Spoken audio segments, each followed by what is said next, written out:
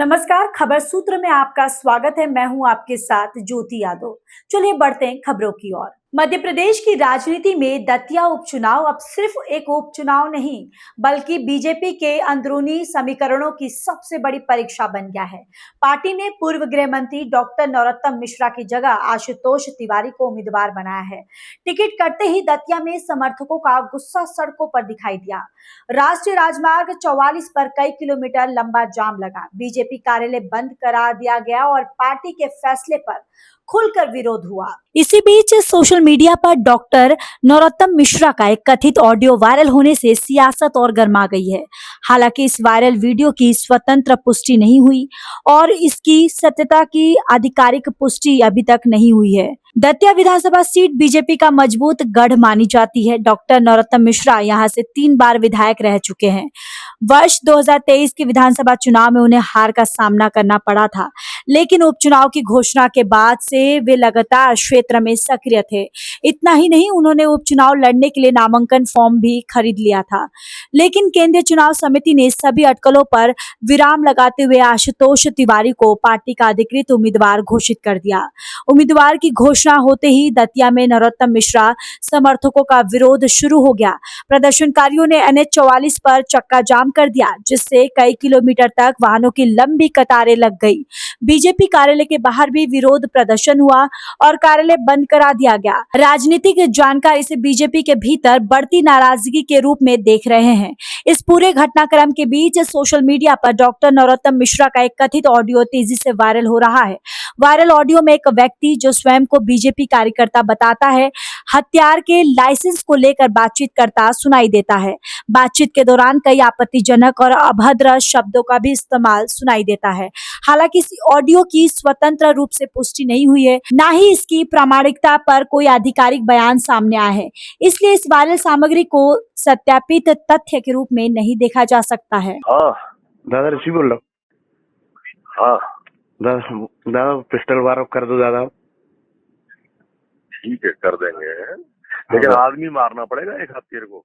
दादा शर्म नहीं आ रही? कुछ बंद है, बाजार बंद है, दुनिया बंद है, लोग मर रहे हैं, तेरे को रिवाल्वर का कर दो। कभी ढंग की बात नहीं करी तूने जिंदगी में। ठीक कब कौन सी बात करना चाहिए तेरे को शऊर ही नहीं आया।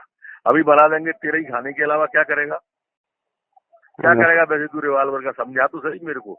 मैं आज ही ऑफिस खुलवा के बनवाता हूँ तेरा। क्या करेगा जैसे आज बन गया तो?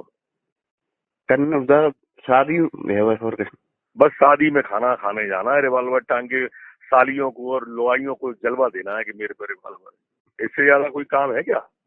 नहीं दादा। फिर छूट किया कहेगा। एक बार करा दादा। दतिया सीट कांग्रेस विधायक राजेंद्र भारती के अयोग्य घोषित होने के बाद खाली हुई। धोखाधड़ी के एक मामले में उन्हें 3 वर्ष की सजा सुनाई गई थी। दिल्ली हाईकोर्ट ने भी उनकी सजा पर रोक लगाने से इनकार कर दिया, जिसके बाद उपचुनाव की प्रक्रिया शुरू हुई और इस सीट पर 30 जुलाई को मतदान होगा, जबकि 3 अगस्त को मतगणना के बाद नतीजे घोषित किए जाएंगे। अब सबसे बड़ा सवाल यही है कि क्या बीजेपी दतिया में अपने ही नेताओं और कार्यकर्ताओं की नाराजगी को शांत कर पाएगी? क्या टिकट बदलने का फैसला पार्टी के लिए राजनीतिक नुकसान साबित होगा या फिर आशुतोष तिवारी जीत दर्ज कर बीजेपी का गढ़ बचाने में सफल होंगे? इन सभी सवालों का जवाब अब 3 अगस्त को जनता का फैसला देगा। कैमरामैन के साथ संजना प्रियानी की रिपोर्ट, दतिया। 10 बजे ये जाम लग गया था और सुबह 5 बजे तक जाम रहा, तो लगभग 11 साढ़े 11 घंटे का ये जाम था, जिसमें 20 से 25 किलोमीटर लंबा जाम, जिसमें लगभग 4 जिले प्रभावित हुए हैं। दतिया, झांसी, शिवपुरी और ग्वालियर। सबसे ज्यादा प्रभावित जिला ग्वालियर ही हुआ है। बहुत सारे बसेस, एम्बुलेंस इसमें फंसे हुए थे। सुबह हमने लगभग 4 बजे, पहले तो रात भर हम समझाते रहे, मैं एसपी साहब, एएसपी साहब, एसडीएम, एसडीओपी, सभी के सभी रात भर हम लोग खड़े थे ताकि वो समझाए, लेकिन कार्यकर्ता समझने के लिए तैयार नहीं थे। उसके बाद लगभग सुबह 4 बजे फिर से एक बार फोर्स बुला के उनको समझाने का प्रयास किया, नहीं समझे। उसके बाद वहाँ से पथराव चालू हुए। हमारे यहाँ से फिर हमने आंसू गैस छोड़े गए ताकि लोगों को पुश किया जा सके। उसके बाद सभी के सभी कार्यकर्ता कार्यालय में चले गए और वहाँ से फिर से पथराव चालू हुआ। पथराव में हमारे 8 जवान को काफ़ी गंभीर चोट आई। उसके साथ साथ एसडीओपी का हाथ में बड़ी चोट आई है, एसपी साहब एएसपी साहब दोनों को चोटें आई है। उसके साथ साथ हमें भी सिर पे लगी थी, लेकिन हेलमेट जरूर था। तो सभी को बहुत सारी चोटें आई है, गाड़ियां उल्टी कर दी गई, कांचे फोड़े गए, लगभग पुलिस की 3-4 गाड़ियों के कांच फोड़े गए, ट्रकों के कांच फोड़े गए। तो बहुत सारी हिंसा हुई है, लेकिन इन सब में हमारे दतिया प्रशासन पुलिस की तरफ से कोई भी लाठीचार्ज नहीं किया गया, पथराव नहीं किया गया, क्योंकि सभी मीडिया उपस्थित थी, तो सभी ने वीडियोग्राफी लगातार चल रही थी।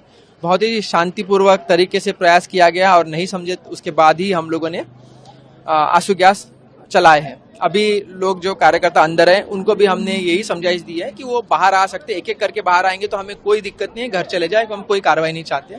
लेकिन अगर नहीं समझते और 5-5, 10-10 की संख्या में बाहर आना चाहते हैं तो हम भी कार्रवाई के लिए तैयार है, हम सख्ती से निपटेंगे। आचार संहिता लगी है, बाउंडेशन बिल्कुल रहता है कि ऐसी चीजें होनी नहीं चाहिए, लेकिन आचार संहिता से बहुत ज्यादा जरूरी है कि हाईवे अगर जाम होता है तो बहुत सारे परिवारों को मुश्किल होती है, तो उसको भी हमें देखना है। बहुत सारी गर्भवती महिला बसेस में बैठी हुई थी, बच्चे, बहुत सारे छोटे छोटे बच्चे थे जो रात भर उनको जगना पड़ा बिना खाए पिए। तो ऐसे में अशांति की भावनाएं मन में लोगों के जागती है, जिसको नहीं होने देना है। तो चुनाव के साथ साथ लोगों में शांति की भावना और सुरक्षा की भावना पैदा करना भी प्रशासन की जिम्मेदारी है, जो हम जरूर निभा रहे हैं।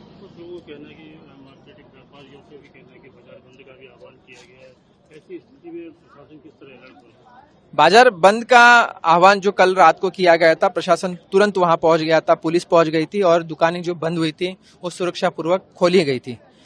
जिसको दुकान खोलना है वो खोल सकता है, जिसको दुकान बंद करना है वो बंद कर सकता है।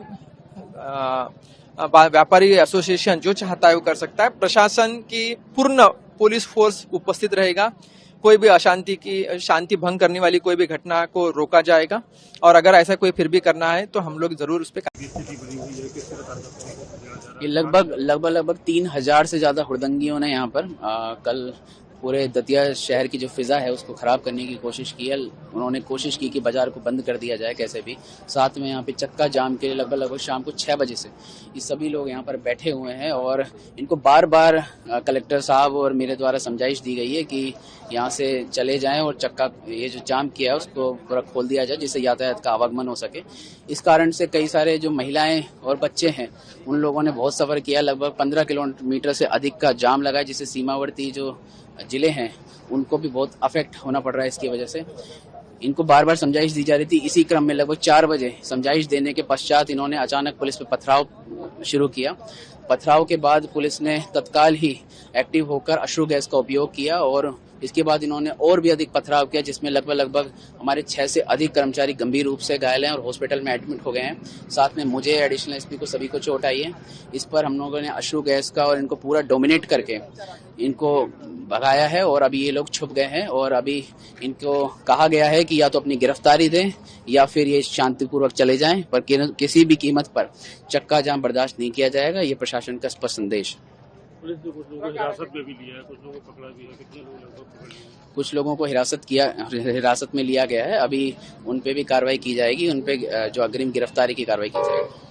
लगता है सर लोग परेशान भी हो रहे हैं, जाम भी लगा हुआ है, तमाम गाड़ियां फंसी हुई है, एम्बुलेंस रात भर नहीं, अब जाम खुल चुका है और अभी धीरे धीरे करके समय लगेगा इसको। लगभग 10 घंटे से अधिक का ये जाम था, ये जल्दी खुल जाएगा। इसको पुलिस सुनिश्चित करेगी, और यहाँ पूरी पुलिस का बल प्रेजेंट है, और पूरे दतिया जिले में जगह जगह पे कई सारी कंपनियां और पूरा जिले का बल प्रेजेंट है। किसी भी सूरत में शांति व्यवस्था को भंग नहीं होने दिया जाएगा।